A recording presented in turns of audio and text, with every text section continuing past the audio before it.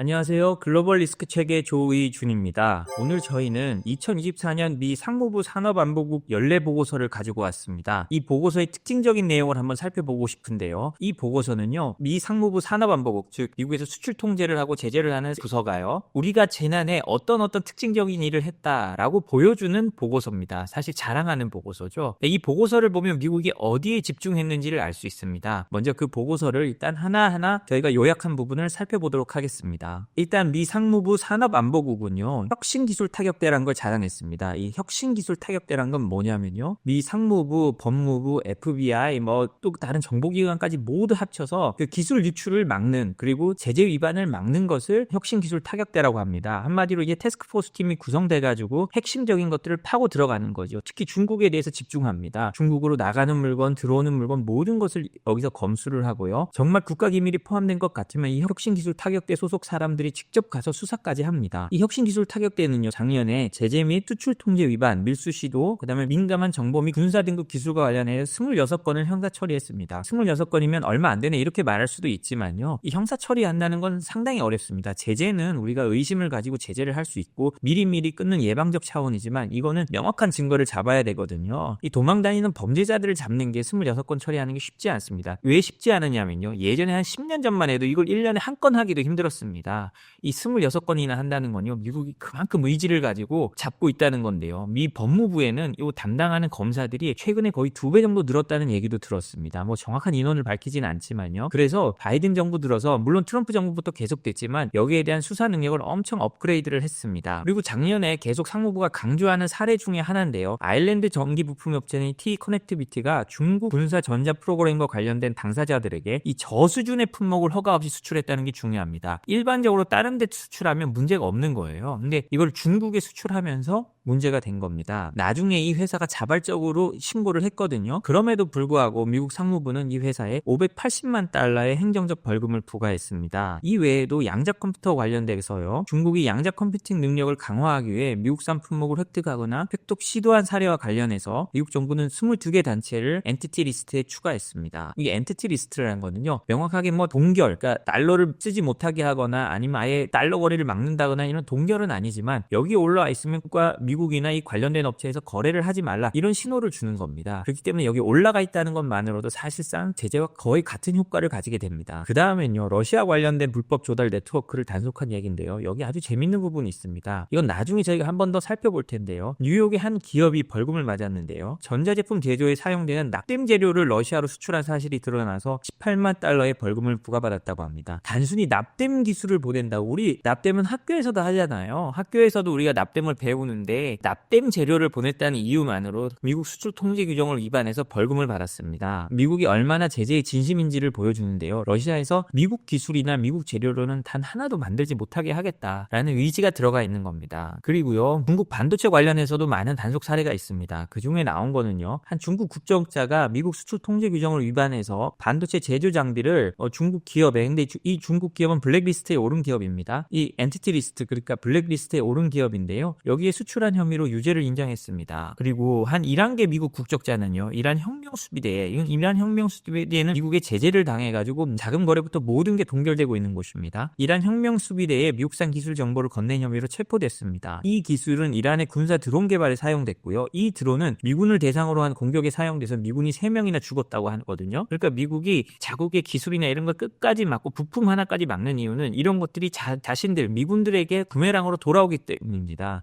이런 부품들이 하나 나가고 2개 나가고 하면서 이란에서 조립된 무기가 미군들을 공격하는 데 사용되는 거죠. 꼭 이란이 아니라 이란의 지원을 받은 다른 반군들 등에서 사용되기 때문에 그렇습니다. 그 외에도요, 수단의 쿠데타 계획을 지원하기 위해 대량의 무기와 군사 등급의 품목을 불법적으로 수출한 혐의로 2명의 미국 국적자가 체포되기도 했습니다. 이들은 수단으로요, 수류탄 발사기, 스팅어 미사일 시스템, 그리고 다른 통제 품목을 보내기로 했다는 건데요, 역시 미국이라서 수준이 다릅니다. 그냥 일반인들이나 이런 사람들이 입수하거나 몰래 보내는 무기, 무기가 수류탄 발사기 스팅어 미사일 시스템 정도 되니까요. 미국이 이런 수출 통제나 이런 국방 방산 분야에 촉각을 곤두세울 수밖에 없는 이유가 여기에 있는 것 같습니다. 그리고요, 미국 상무부가 무서운 게요, 전 세계 69개국에 1440건 이상의 최종 사용 확인을 수행했다고 합니다. 우리가 진짜로 수출한 물건이 얘들이 최종 사용자인지를 미국이 가서 확인하는 겁니다. 미 상무부는 전 세계 대사관에 또 상무관을 보내가지고 이런 걸 확인하고 있거든요. 한국 같으면 우리 물건이 어떻게 팔리나, 우리 무역이 어떻게 되나 이런 걸 조사하겠지만 미국 상무부 직원들, 특히 산업안보국 직원들은 전 세계에 퍼져서 우리 물건이 팔려서 어디로 가는지를 철저히 조사합니다. 미국이 우리랑 크게 다른 점이죠. 이걸 보면요, 미국이 앞으로도 첨단 기술이나 어떻게 자기 방어, 그 다음에 방산 기술을 어떻게 보호할지를 알 수 있습니다. 한국도 여기에 대해서 매우 주의해야 되는데요. 미국은 엔드 유저, 그러니까 최종 사용자를 끝까지 파악하는 것을 계속 강제하고 있습니다. 우리도 어떤 물건을 수출하든, 특히 이중 용도 물품이라고 하잖아요. 군사용으로도 쓰일 수 있는 물품, 이런 걸 수출할 때는 특히 주의해야 되는데요.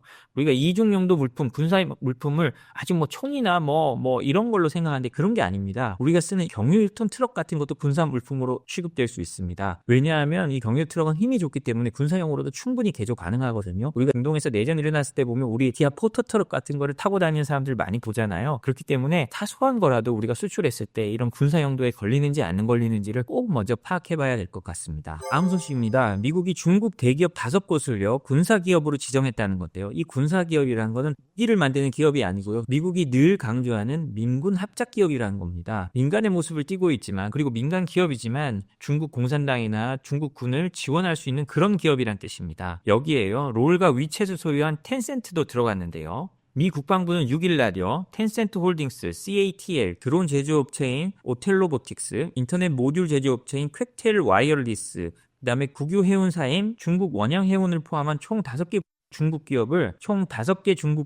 중국 군사기업 목록에 추가했다고 밝혔습니다. 이 중국 군사기업 목록은요, 제가 아까 말씀드렸듯이 미국의 국방수권법에 근거해서요, 국방수권법이란 미국의 안보와 국방비를 어떻게 쓸까를 규정하는 법입니다. 이 법에 따라서요, 중국 군사 현대화에 기여하거나 중국 인민해방군과 관련이 있다고 판단되는 중국 기업들을 여기에 올리도록 하고 있습니다. 이 리스트에 포함되면요, 즉각적인 제재나 거래 금지를 되지 않지만요, 미국 기업과 투자자들과의 거래는 거의 끊긴다고 보면 되고요. 또 나중에 미국 재무부가 경제 제재나 수출 통제 조치를 내릴 수 있습니다. 여기 올라갔다는 것 자체가 사실상 블랙리스트에 올라서 더 이상 거래하지 마라는 신호를 주는 거거든요. 이게 발표된 후에 텐센트의 미국 시장 장외 주식은 8% 정도 하락을 했다고 합니다. 그리고 텐센트는 이번 지정은 명백한 오류라고 주장했고요. 근데 CATL 역시 군사 관련 활동에 전혀 관여하지 않았다고 반박했습니다. 여기 중국 업체들은 이런 데 올라가면 늘 자기들은 아니라고 말을 하거든요. 옛날에 화웨이 때도 마찬가지였습니다. 화웨이는 자기들이 왜 올랐는지 모르겠다고 강력하게 반발했거든요. 미국은 이런 데 올리면서 자신들이 여기를 왜 올렸는지 구체적인 사유를 잘 공개하지 않습니다. 기밀이라고 하는데요. 그렇기 때문에 여기서 해제되기 위해서는 소송을 해야 됩니다. 소송을 하면 또 풀어주는 경우가 있거든요. 사실 미국은 이런 제재를 할 때 제가 몇 번 말씀드렸지만 8대2의 법칙이 있다고 합니다. 미국은 절대 그걸 드러내지는 않는데요. 8 정도의 거의 확실한 의심이 있을 때는 제재를 한다는 거예요. 2 정도 아닐 것 같지만 여기는 무죄 추정 원칙이 적용되지 않습니다. 왜냐하면 패권 경쟁을 하고 그리고 테러 위험이 있고 이렇게 하기 때문에 이미 다 확인된 다음 제재하면 늦다는 거거든요. 젤렌스키 우크라이나 대통령도요, 우크라이나 전쟁 중에 미국에 러시아를 제재해달라고 수차례 요청을 했다고 합니다.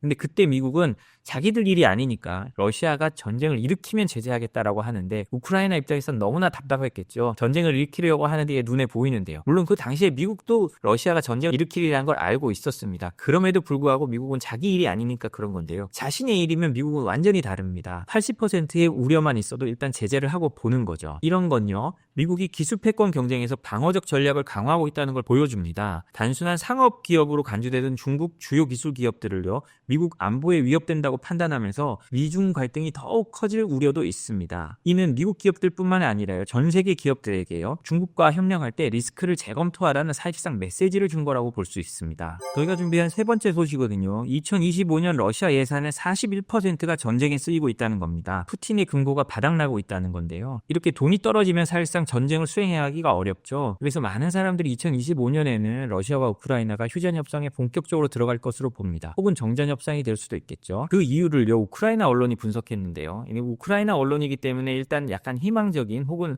러시아에 대해서 부정적인 걸 좀 강조했다는 것을 좀 볼 수는 있습니다. 그렇지만 저희는 늘 우크라이나 언론을 모니터링 하는데요. 그런 걸 보면 우크라이나의 러시아에 대한 소식이 정말 빠르고요. 실제적으로 그게 이루어지는 것도 상당히 많은 것 같습니다. 이 치열한 정보전의 일면을 보여주는 것 같은데요. 우크라인스카 프라우다에 따르면요, 러시아 국방비는 작년에 209조 원으로요, 군사 지출이 GDP의 8%를 초과하고요, 중앙 예산의 41%를 차지했다고 합니다. 러시아도 총력전을 하고 있는 거죠. 전쟁이 장기화되면서 지출 규모는 전년도 대비 59% 증가했다고 합니다. 전쟁에 동원된 군인들에게 높은 보상을 해야 되고요. 이런 계약 군인들의 연봉은 약 5,143만 원에서 5,787만 원이라고 합니다. 약 400만 불에서 450만 루블 정도 되는데요. 또 사망 또는 중상 시에는 동일한 금액이 추가로 지급된다고 합니다. 병사가 전사하면 약 2억 원 정도의 돈도 나온다고 하는데요. 이게 러시아의 버블을 일으키고 러시아 경제를 지금 단기적이지만 호황으로 만들고 있다고 합니다. 그래서 죽음의 경제라는 얘기도 하는데요. 운만 풀리면 뭐합니까? 해외에서 물건 수입이 어렵거든요. 현재 러시아는 중국 이외에서 물건 수입하기가 상당히 어렵습니다. 그래서 소비할 상품과 서비스가 부족한 상황이 지속되고 있습니다. 경제 전반의 버블을 막으려고 러시아 중앙은행은 금리도 20% 이상 높게 유지하고 있거든요. 그러면 당장은 견딜 줄 몰라도 시간이 갈수록 경제는 피로하고 힘들어지게 됩니다. 20% 넘는 금리를 견딜 수 있는 기업들은 거의 없으니까요. 그래서 이 우크라이나 언론의 분석에 따르면 2024년 중반 이후 러시아의 산업 생산은 공식적으로 중단 상태에 빠졌다고 합니다. 사실상 산업 생산을 늘리지 못하고 있다는 건데요. 러시아의 국가복지기금이라고 있습니다. 이 국가복지기금요, 러시아 우크라이나 전쟁 초기에는 약 220조 원이 남아있다고 합니다. 그런데 이 돈을 다 쓰고 현재는 약 69조 원 정도만 남아있다고 하는데요. 근데 이걸 보충해 넣으려고 해도 러시아가 해외로 석유나 천연가스 파는 게 지금 쉽지 않습니다. 왜냐하면 미국과 서방의 제재로 점점 판로가 막히고 있거든요. 이제 유럽으로 가는 천연가스관은 우크라이나를 통해서 원래 가고 있었는데 우크라이나가 올해 그것마저 막아버려서요, 또 판매 더더욱 어려워졌습니다. 돈은 늘어나는데 살 재화는 없고 점점 또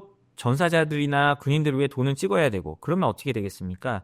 잘못하면 스태그플레이션이 일어나는 거죠. 2004년 말 러시아의 월간 인플레이션은 최대 3%에 달했고요. 2025년에는 매달 3에서 4%의 급격한 인플레이션이 예상되고 있다고 합니다. 결론적으로요, 러시아의 경제는 막대한 군사 지출과 민간 경제 차원의 전환으로 인해서 구조적 위기를 맞고 있습니다. 산업 생산 둔화와 노동력 부족, 높은 대출 비용은요, 경제 전반에 부정적인 영향을 미칠 수밖에 없습니다. 그럼에도 불구하고 중앙은행은 계속 돈을 내고 있기 때문에 인플레이션은 계속될 수밖에 없고요. 국민들의 구매력은 떨어지면서 이제 경제적으로 고통을 받을 수 없게 되는 상황이 되고 있습니다. 2025년은요, 만약에 전쟁이 종식되지 않고 어떤 식으로든지 러시아가 돌파구를 마련하지 못한다면 스태그플레이션이나 하이퍼 인플레이션 같은 경제적 고통이 찾아오는 해가 될 수도 있습니다. 저는 러시아와 우크라이나의 전쟁이 정말 빨리 끝나고 평화를 찾았으면 좋겠습니다. 그리고 지금 이 마지막 시기 한 뼘의 땅을 위해서 러시아 땅에서 양측의 젊은이들이 죽어가고 있을 텐데요. 그런 일은 하루빨리 끝났으면 좋겠습니다. 오늘 저희가 준비한 소식은 여기까지입니다. 오늘 소식이 좋았다면 구독과 좋아요, 알림 설정 부탁드립니다. 감사합니다.